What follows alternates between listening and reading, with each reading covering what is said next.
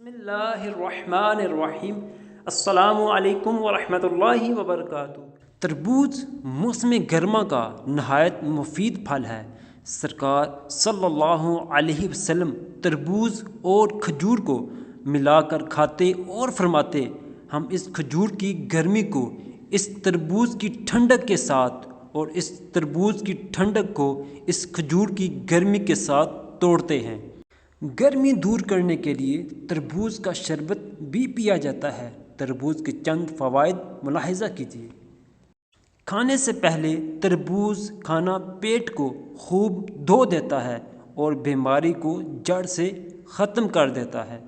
تربوز کثرت سے کھانا گردوں کے درد سے نجات کا باعث ہے۔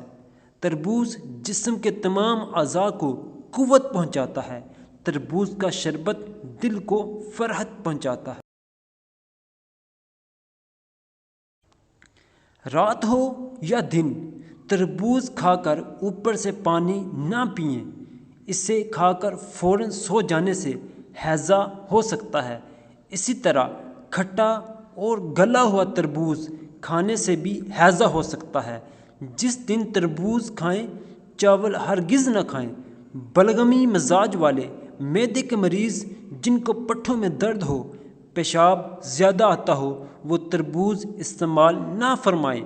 تربوز جب بھی کھائیں خالی پیٹ اور ٹھنڈا کر کے کھائیں۔